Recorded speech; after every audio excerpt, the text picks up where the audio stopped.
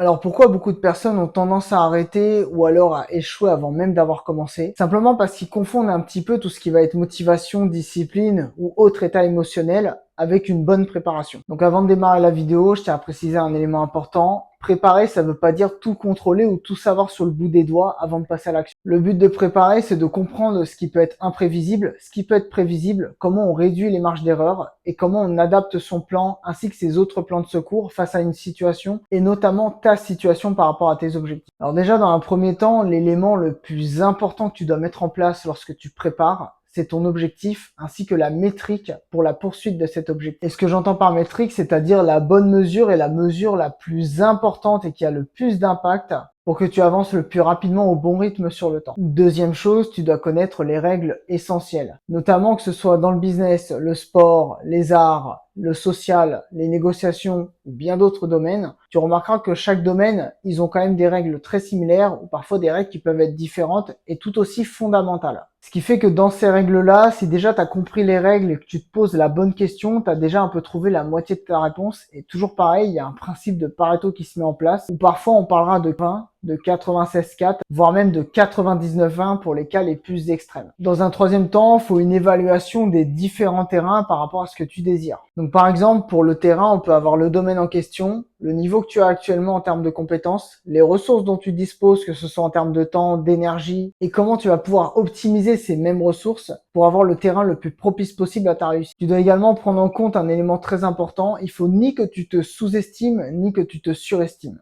Et pour ça, l'élément le plus évident, c'est de te baser sur des faits, sur une certaine quantité de temps, et voir un petit peu la moyenne que tu arrives à produire afin d'avoir les éléments les plus justes possibles pour que derrière, tu fasses les ajustements les plus propres sur le temps. C'est pour ça qu'il faut absolument que tu laisses le mauvais ego au placard et que tu laisses plutôt le bon ego prendre le dessus. Pour faire un petit rappel simple, le mauvais ego, c'est quand tu te laisses complètement dominer par celui-ci, que tu penses que les choses te sont acquises et que ça va aller un petit peu comme sur des roulettes. Là où le bon ego, en fait, ça va être un élément où tu vas chercher peut-être à prouver un petit peu quelque chose, mais tu vas quand même chercher à garder une forme de stabilité dans ce que tu fais, une motivation et une énergie qui se veut supplémentaire par rapport à une motivation déjà existante, tout en connaissant ta valeur actuelle et la valeur à venir de ce que tu seras. Quatrièmement, il faut que tu prépares les marges d'incertitude et les choses qui peuvent être imprévues. Au début, on pense que tout va se passer en ligne droite parce qu'on appelle ça notamment les newbie gains, il me semble. C'est vraiment le plus beau des mondes, on progresse à une vitesse ahurissante, les choses se passent comme sur des roulettes, voire même mieux que sur des roulettes, sauf que sur le temps, en fait, tu remarqueras que chaque morceau de progression que tu vas avoir va demander un peu plus d'effort, un peu plus d'optimisation. Et tout ça par effet cumulé fait que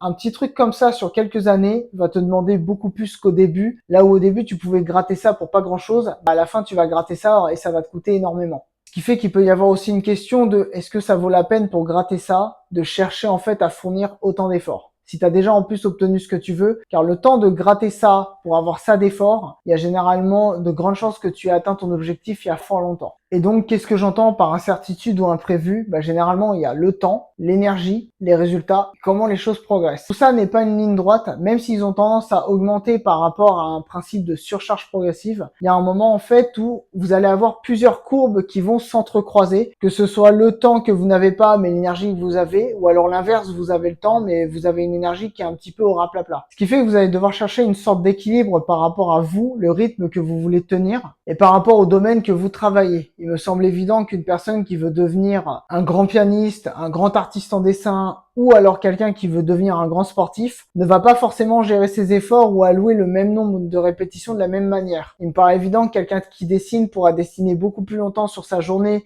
même s'il fragmente les différentes activités, plutôt que quelqu'un quand il fait du sport, même si on va dire en ayant quelques petites aides chimiques au plus haut niveau, va falloir qu'il fragmente sa séance afin d'être sûr de pouvoir répéter de la bonne manière les bons mouvements pour atteindre le plus haut niveau possible par rapport à sa compétition, les objectifs qu'il a. Et surtout, le ressenti de l'effort n'est pas forcément la même. Parfois, ça peut être plus désagréable de faire un domaine en longueur qu'un autre, qui fait que, toujours pareil, il y a une acceptation de la longueur dans un domaine qui n'est pas forcément la même d'un domaine à un autre et d'une personne à une autre. Troisième chose, pour les incertitudes, vous devez absolument tenir compte du facteur chance. Et certains me diront que c'est pas possible d'en tenir compte, et pourtant si, parce qu'en fait dans votre plan vous avez 80% de prévisibles, 20% d'imprévisibles, et dans ces 20% d'imprévisibles on peut aller plus loin en disant qu'il y a 10% de très imprévisible ou alors 5% pour le facteur chance. Qu'est-ce que j'entends pour le facteur chance? Vous pouvez avoir par exemple une opportunité qui se présente dans votre domaine, un petit peu comme les jeux vidéo. Parfois vous allez avoir des événements, notamment dans les jeux gacha, où vous allez récupérer une quantité astronomique de ressources qui vont vous permettre soit d'invoquer pour des nouveaux personnages ou alors de faire progresser les personnages que vous avez déjà existants. Je vais prendre un exemple tout simple pour ceux qui jouent à des jeux gacha et des gachas très connus notamment, que ce soit Solo Leveling Rise ou Dokkan Battle. Vous remarquerez qu'il y a des périodes anniversaires et dans ces périodes anniversaires, généralement le jeu c'est beaucoup plus générant en ressources que d'habitude. Eh bien dites-vous que c'est un peu pareil dans les domaines que vous abordez dans la vie. Il y aura peut-être 1 à 2 fois dans l'année où vous aurez une opportunité que vous allez pouvoir saisir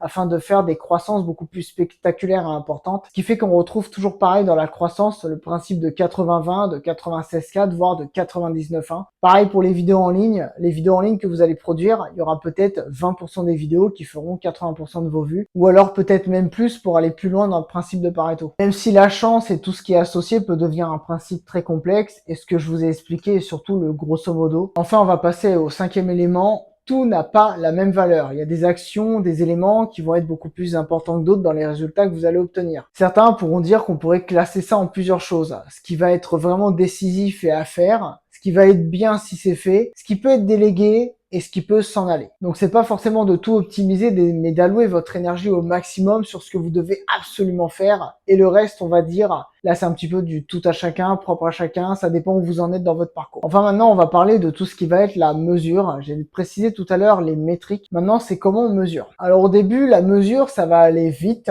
et surtout, ça va aller à votre rythme. Je vais prendre un exemple tout bête. Supposons que vous vouliez devenir meilleur, je ne sais pas, au développé couché. Au début, vous allez faire barre à vide, vous allez faire 25 kg, 30 kg, 35, 40 et ainsi de suite. Ça va très vite. Et au bout d'un moment, vous n'allez pas faire des montées de 5 kg, mais plutôt des montées de 4 kg, 3 kg, voire même 2 kg et demi. Et même sur le temps, au fur et à mesure, ces 2 kg et demi, ça va réduire à potentiellement 1,25 kg, voire 1 kg, voire même de la micro-optimisation, c'est-à-dire en dessous d'1 kg, selon où vous en êtes dans votre progression.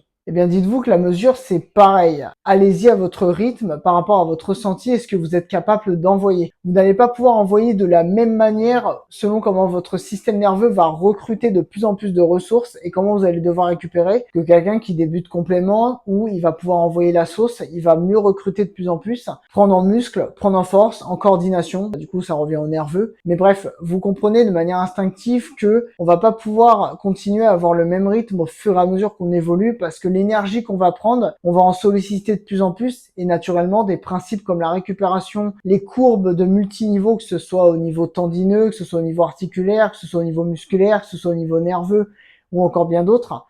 Le tout en fait que sur le temps, vous allez gérer de plus en plus de choses. Donc finalement, il y a une progression dans les choses que vous gérez sur le temps qui est bien. Mais je le répète, au début, choisissez votre rythme. Si vous arrivez à aller très vite, tant mieux. Si sur un moment vous stagnez ou que vous mettez plus de temps, posez-vous les bonnes questions. Est-ce qu'il vaudrait pas mieux varier? Est-ce qu'il n'y a pas plus d'éléments à tenir compte? Et 7e élément, il faut que le réel soit entre eux quelque chose de réaliste et plutôt difficile. Si c'est trop simple, ça va vous donner un sentiment de confiance et vous allez vite vous casser la gueule dans les situations compliquées. Si c'est trop difficile, vous n'allez pas créer un état propice à la progression, ça va créer de la frustration et vous allez juste arrêter peut-être avant même de voir les premiers résultats. Donc c'est pour ça en fait que vous devez vraiment trouver un bon équilibre entre tout ce qui va être le stress, la fatigue, les erreurs que vous mettez en place, une bonne dose d'amélioration, le bon rythme, le tout dans des conditions réelles qui se veulent propices, c'est-à-dire ni trop chiante, ni trop facile. Et vous devez tirer des conclusions des erreurs et des échecs que vous avez et savoir pourquoi ça n'a pas marché afin que votre prochaine tentative,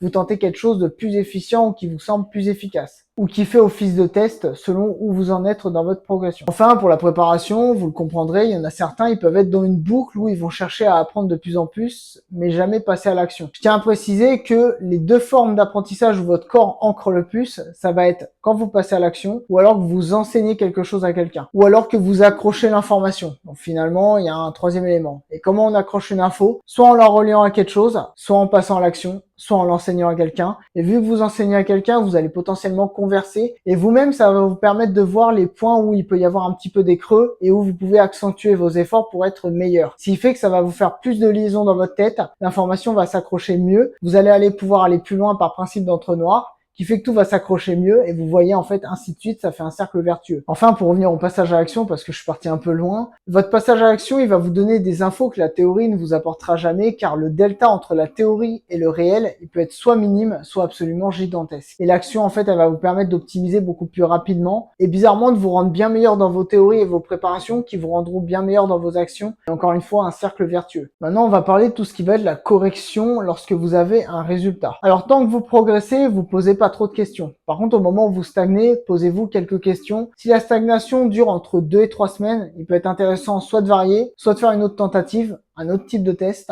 ou alors tout simplement de se renseigner auprès de personnes qui ont traversé cette phase-là dans laquelle vous êtes coincé et de voir comment ils ont passé cette phase. Je suis partisan dans la vie en étant optimiste que tout est facile, ce n'est qu'une question de répétition. Mais c'est peut-être ça justement qui rend la chose impressionnante, c'est que répéter toujours la même chose tous les jours, c'est ça qui va créer souvent des gens qui sont solides mentalement. Donc pour conclure cette vidéo, si je devais vraiment résumer ça au maximum, une bonne préparation, c'est de prendre les bonnes métriques, de savoir l'objectif que vous voulez mettre en place, progresser au bon rythme et de vous poser les bonnes questions au bon moment et de passer surtout massivement à l'action. Votre ratio de passage à l'action, au début, il va être environ de 90% de théorie, 10% d'action, on va dire le premier jour. Et après, au fur et à mesure du temps, très rapidement, vous allez passer sur du 50-50 au cours de la semaine, du 80-20 au cours de la semaine ou de la deuxième semaine, et voire même du 90-10 au fur et à mesure que vous appliquez et que vous avancez dans vos domaines respectifs ou votre domaine respectif selon ce que vous faites. Donc ça me semble un peu tout pour cette vidéo. Si jamais il y a des éléments qui te semblent plus pertinents, que tu souhaiterais pousser un peu plus, ou des actions que tu as mis en place qui peuvent être saugrenues ou plus efficaces, je t'en prie, mentionne-le en commentaire car c'est à force d'expérience qu'on acquiert la connaissance.